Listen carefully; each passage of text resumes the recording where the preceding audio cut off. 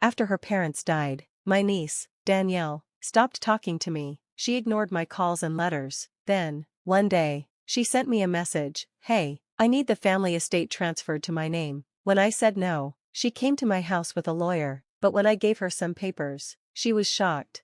A few years ago, Danielle cut me out of her life completely. It wasn't gradual, it was sudden and deliberate. She stopped answering my calls, left my messages unread, and sent my letters back. This wasn't just her being a rebellious teenager. She was 21, old enough to know what she was doing. I wasn't just her uncle, I practically raised her after her parents died in a car accident. I took her in and gave her everything I could. I wasn't rich, but I made sure she had what she needed. Then, out of nowhere, she disappeared. No explanation, no fight, just silence.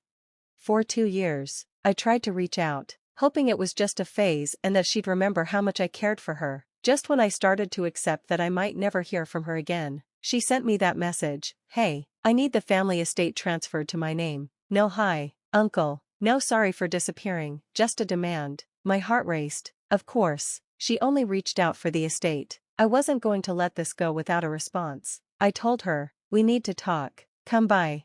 The next day, she showed up at my door. She wasn't alone, a lawyer in a stiff suit stood beside her, holding a briefcase. I let them in. Danielle looked different. She was wearing expensive clothes, her nails were perfect, and her hair was styled. The girl I raised used to wear jeans and old band t-shirts. This woman looked like she'd never worked a day in her life.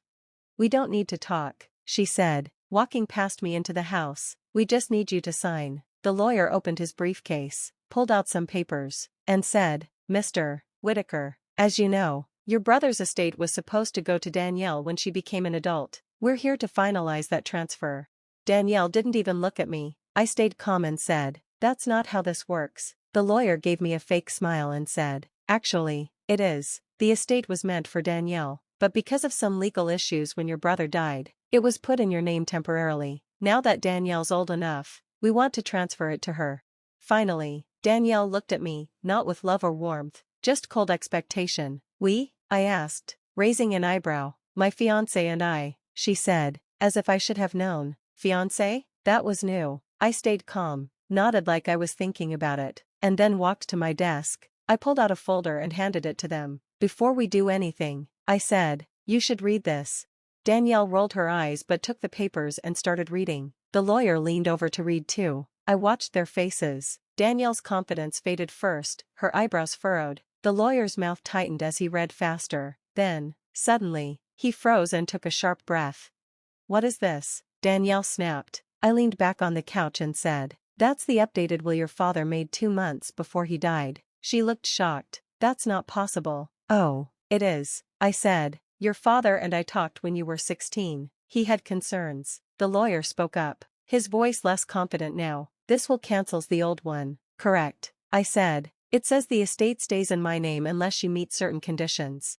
Danielle clenched the papers. "That's not fair." I shrugged. "It's legal." The lawyer closed his briefcase and said, "We'll be contesting this in court." I smiled. "Go ahead." Danielle glared at me. "You had no right." "I had every right," I said, "and you know it." She slammed the papers on the table. "This isn't over." I nodded. "Oh, I know, but before you go, read the next page." She grabbed it and started reading. Then she turned pale, her hands shook, and her breathing quickened.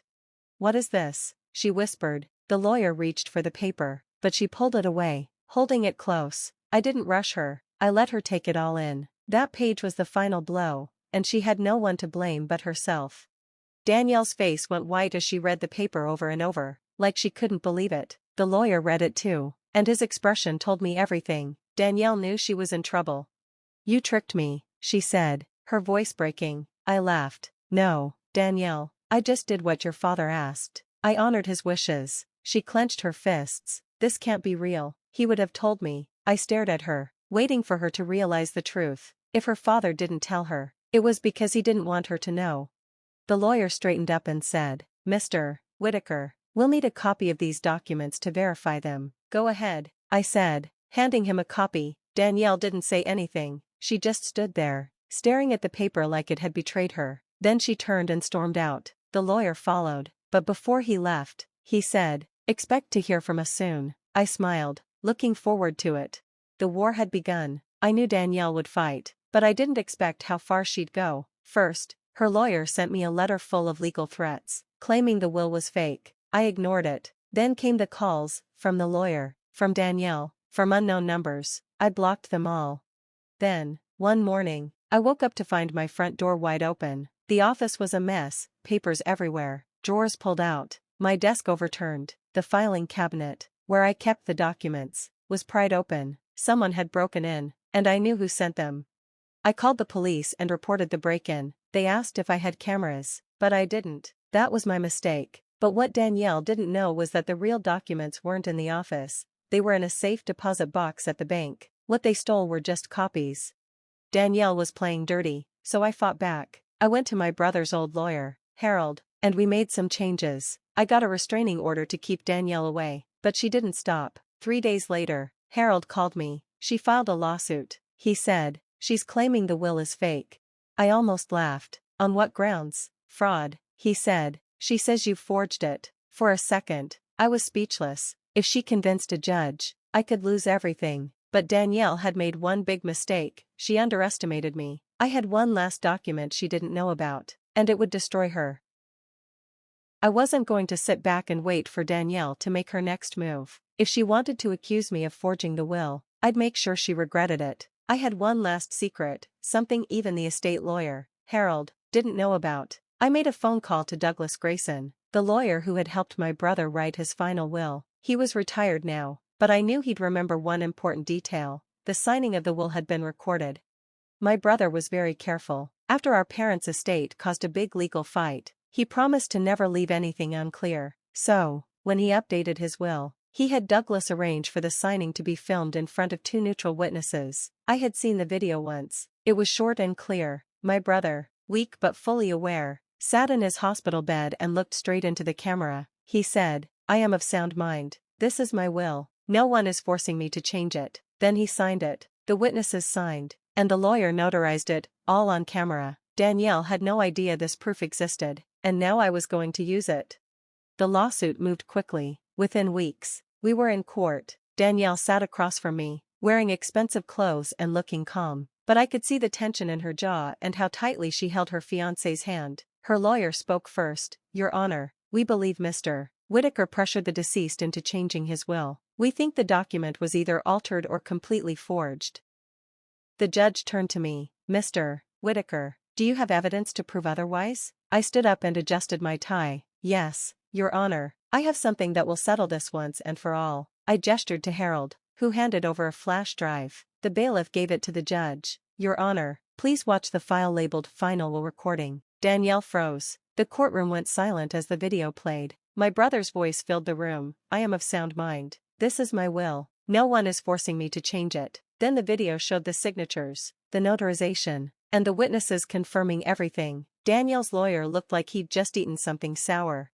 The judge turned to Danielle. "Miss Whitaker, do you still want to claim the will is forged?" Danielle opened her mouth but didn't say anything. Her face turned pale. Her lawyer whispered to her, probably telling her to drop the case before things got worse. But Danielle wasn't done.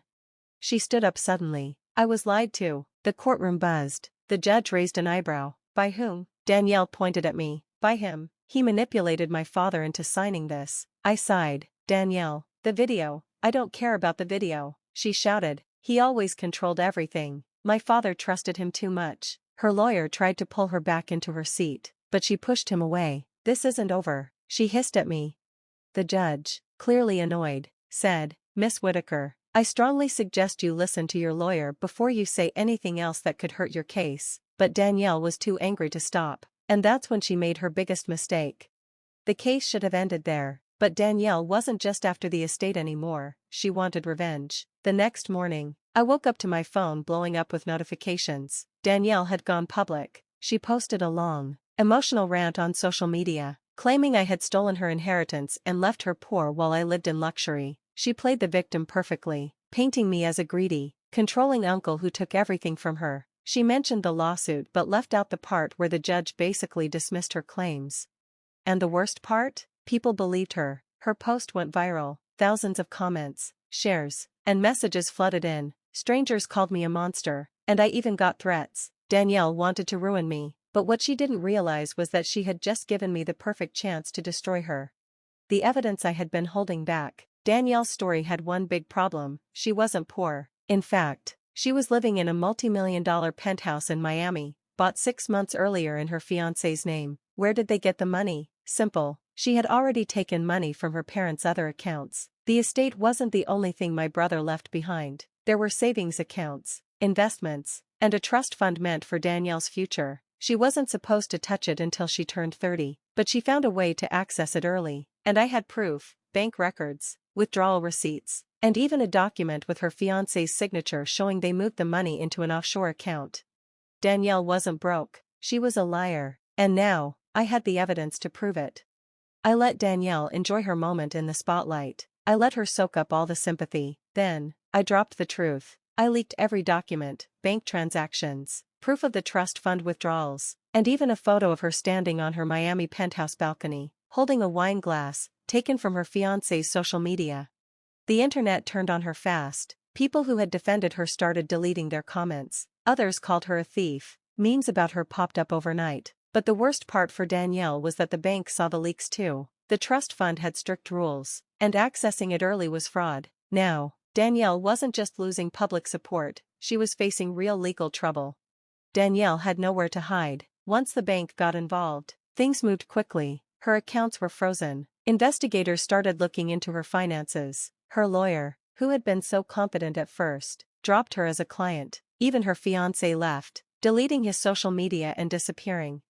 But the real explosion happened in person. I was at home when I heard someone pounding on my door. I knew who it was before I even opened it. Danielle stood there, looking like a mess. Her expensive clothes were wrinkled, her hair was a mess, and her makeup was smeared. She looked nothing like the confident woman who had shown up with a lawyer demanding her inheritance.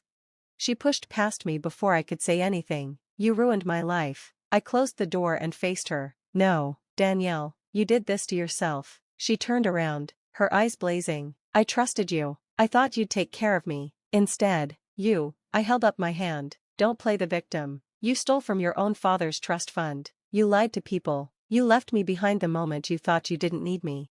She laughed bitterly. "Oh, so this is about you? About how you feel? What about me? You don't know what it was like." I snapped back. "Do you know what it was like for me, Danielle? Do you have any idea how it felt to be cut off by the girl I raised like a daughter? To be ignored for years, only for you to show up when you wanted money? You made your choices, and now you don't like the consequences."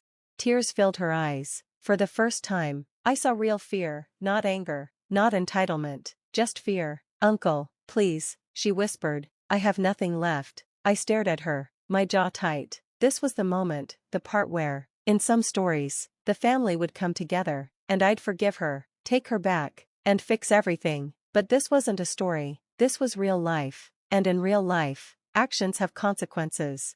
I sighed and ran a hand over my face. "You need to leave, Danielle." She blinked. "What? You need to go," I said, my voice tired. "I can't fix this for you. I won't." She shook her head frantically. "You're all I have left." "No," I said, stepping back. "I was all you had left, and you threw that away." Her face crumpled. She stumbled back, like I'd hit her.